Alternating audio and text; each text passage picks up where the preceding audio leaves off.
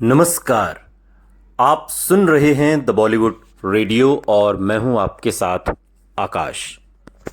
दोस्तों, आज के इस पॉडकास्ट में किस्सा राजेश खन्ना का और बात उस दौर की जब कमबैक के साथ ही सौतन सुपर डुपर हिट रही और ये सौतन के ठीक बाद का दौर है। एक डायरेक्टर हुआ करते थे मोहन कुमार। मोहन कुमार जिस तरह की फिल्में बनाना पसंद करते थे वो 8वें दशक के दर्शकों को भाती नहीं थी। शायद इसलिए जिस आदमी ने आस का पंछी साल 1961 में जो बनाई थी, या अनपढ़ 1962 में, आई मिलन की बेला 1964 और आप आए बहार आई 1971 जैसी फिल्मों का निर्देशन किया, उसने आप बीती जो 1976 आई उसके बाद 7 साल से कोई फिल्म नहीं बनाई। अब उन्होंने एक ऐसे अभिनेता को लेने का फैसला किया जो लोगों के साथ रिश्ता बना सके, कनेक्ट कर सके और दर्शकों को मना पाए कि उसके जैसी कहानी को भी वो मौका दें। मोहन कुमार ने अमिताभ बच्चन के साथ करार कर रखा था और उस वक्त जिनका बोलबाला था वो उनके साथ अवतार जो साल 1983 में आई शुरू करने के लिए तैयार थे, लेकिन उन्होंने राजेश खन्ना का चुनाव करके सबको चकित कर दिया।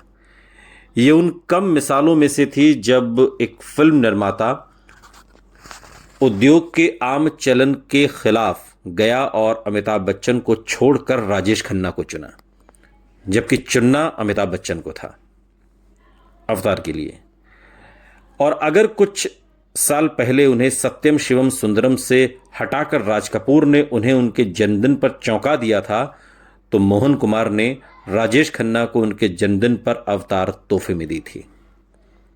मोहन कुमार राजेश खन्ना के जन्मदिन की पार्टी में शरीक हुए और उस शाम उन्हें कुछ ऐसा हुआ कि उन्होंने राजेश खन्ना को अवतार कृष्ण के रूप में लेने की ठान ली। फैक्ट्री में काम करने वाला एक बुजुर्ग जिसे अपने ही बेटों की वजह से बुरे दिन देखने पड़े। फिल्मी दुनिया मोहन कुमार के राजेश खन्ना को लेने के फैसले पर इतनी हैरान नहीं थी जितनी उनके अमिताभ बच्चन को छोड़ देने पर। चूंकि अवतार के लिए अमिताभ बच्चन का ही नाम सुर्खियों में था, यही चर्चा थी कि मोहन कुमार अवतार के रोल के लिए राजेश खन्ना को नहीं बल्कि अमिताभ बच्चन को फाइनल करेंगे, लेकिन मोहन कुमार ने कुछ ऐसा कर दिया कि हर कोई हैरान था। अदाकारों को लेने के बारे में बात करते हुए मोहन कुमार एक इंटरव्यू में इशारा करते हैं कि अमिताभ बच्चन को सिर्फ आर्थिक कारणों से लिया था।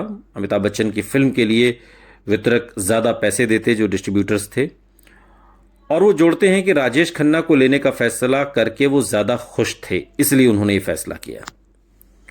अवतार एक बार फिर राजेश खन्ना और शबाना आजमी को साथ लेकर आई और उन्हें एक ऐसी मुख्य भूमिकाओं में रखा गया जिसकी अब तक हिंदी सिनेमा में कोशिश नहीं की गई थी। ग्लैमर रहित और बेहद साधारण हीरो हीरोइन, साधारण अर्थों में नायक नायिका नहीं थे, और जहां वो ये शबाना आजमी के लिए गैर मामूली बात नहीं थी, राजेश खन्ना ऐसे किरदार में कम ही देखे गए थे। दर्शकों ने फिल्म बहुत पसंद की और बच्चों द्वारा त्याग दिए गए पति पत्नी ने दर्शकों के हर वर्ग का जो दिल है वो छू लिया था। बहुत सराही गई ये फिल्म। जिस दौर में हिंदी सिनेमा 3 मोटी श्रेणियों में बटा हुआ था, व्यावसायिक सिनेमा, समानांतर सिनेमा और अमिताभ बच्चन, राजेश खन्ना की सौतन और अवतार की सफलता ने कुछ समय के लिए एक चौथा कोण बना दिया। राजेश खन्ना ने मल्टी स्टारर फिल्में, मामूली फिल्में, थोड़ा थोड़ा सब कुछ लिए फिल्में, और हर उस तरह की फिल्में की जिसकी एक हीरो से उम्मीद हो सकती थी। लेकिन जहां तक दर्शकों की मंजूरी का सवाल था, खुद को 3 श्रेणियों में मिसफिट पाया था। राजेश खन्ना की अवतार उन फिल्मों का दोहराया जाना ही था जिसकी एक मुख्य अभिनेता से उम्मीद की जाती थी, और ये बात प्रभावित करती थी कि हिंदी सिनेमा एक खास उम्र के बाद भी नायक को पेश कर सकता था। अवतार से 1 साल पहले दिलीप कुमार को शक्ति जो 1982 में आई थी, इस फिल्म में एक ऐसा किरदार मिला था जो उनकी उम्र के लिए सही था, लेकिन उनसे अलग राजेश खन्ना एक दूसरी पीढ़ी से थे और 40 की उम्र में एक ऐसे अभिनेता कि पिता का किरदार यकीनी ढंग से निभाया, जो असल जिंदगी में उनसे महज 10 साल छोटा था। 10 साल बाद एक अद्भुत संयोग से अमिताभ बच्चन को रवि चोपड़ा की बागबान की कहानी सुनने को मिली और बाद में 2003 में अवतार जैसा किरदार अमिताभ बच्चन ने निभाया और बागबान काफी हद तक अवतार का रीमेक कही गई।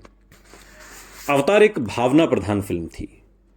उस दौर की एक्शन और प्रतिशोध वाली फिल्मों से बिल्कुल उलट फिल्म मंच के लिए साधारण नाटक की तरह तैयार की गई थी, जिसके कारण दर्शकों के लिए अदाकारी ही मुख्य बात बन गई। प्रोडक्शन डिजाइन और खास पोशाकों जैसे ध्यान बांटने वाले साजो सामान के न होने से अवतार ऐसे सिनेमा की हद के अंदर रहकर भी पीड़ा को व्यक्त कर पाई जो बेकार चीजों से आगे देखता ही नहीं और आज भी करती है। राजेश खन्ना ने सच्चाई से भूमिका अदा की और एक ऐसे आदमी की कहानी जो छोटे से दूसरे मौके में भी अपनी बेहतरीन स्थिति करना चाहता है। विचित्र ढंग से उनकी अपनी स्थिति से बहुत मिलती जुलती फिल्म, और फिल्म ये एहसास दिलाती है कि राजेश खन्ना अवतार की पीड़ा को समझते थे। उसके बेटों, उसके वारिसों जैसे लोगों तक पहुंचाई गई, जो ऐसे व्यक्ति का अपमान करने में समय नहीं लगाते जो अब बेकार है। और फिल्म में लक्ष्मीकांत प्यारेलाल का संगीत और राजेश खन्ना को एक नया गाना इस जोड़ी ने दिया, यारों उठो चलो भागो दौड़ो, मरने से पहले जीना न छोड़ो, किशोर कुमार और महेंद्र कपूर की आवाज में। और देश को एक नया भजन कि चलो बुलावा आया है, माता ने बुलाया है, महेंद्र कपूर, आशा भोसले और नरेंद्र चंचल की आवाज में एक गाना। एक खास राजेश खन्ना युगल गीत एक और है कि दिन महीने साल, किशोर कुमार लता मंगेशकर का गाना और शबाना आजमी और राजेश खन्ना पर फिल्माया गया। ये कुछ ऐसा गीत संगीत इस फिल्म का हिस्सा रहा कि इसने भी राजेश खन्ना को एक बार फिर उस दौर में पहुंचा दिया जिस दौर में राजेश खन्ना अपनी कामयाबी के शिखर पर थे। राजेश खन्ना के लिए इस साल और भी अच्छा हो गया। लेक टंडन की अगर तुम न होते साल 1983 में आई, ये लगातार उनकी तीसरी कामयाबी थी और या यूं कहें कि कमबैक की हैट्रिक। राजेश खन्ना ने बता दिया था कि उनका समय अभी गया नहीं है, लेकिन फिर राजेश खन्ना से वही गलती हो गई जो गलती वो बीते 10 सालों से कर रहे थे। राजेश खन्ना फिर औने पौने भावों से फिल्में साइन करने लगे। न स्क्रिप्ट पढ़ी, न कहानी समझी, न सुनी, बस उन्हें ये गुमान हो गया शायद कि लोग मुझे ही देखना चाहते हैं। वही गुमान जो उन्हें 10 साल पहले हुआ था। सुनते रहिए द बॉलीवुड रेडियो, सुनता है सारा इंडिया।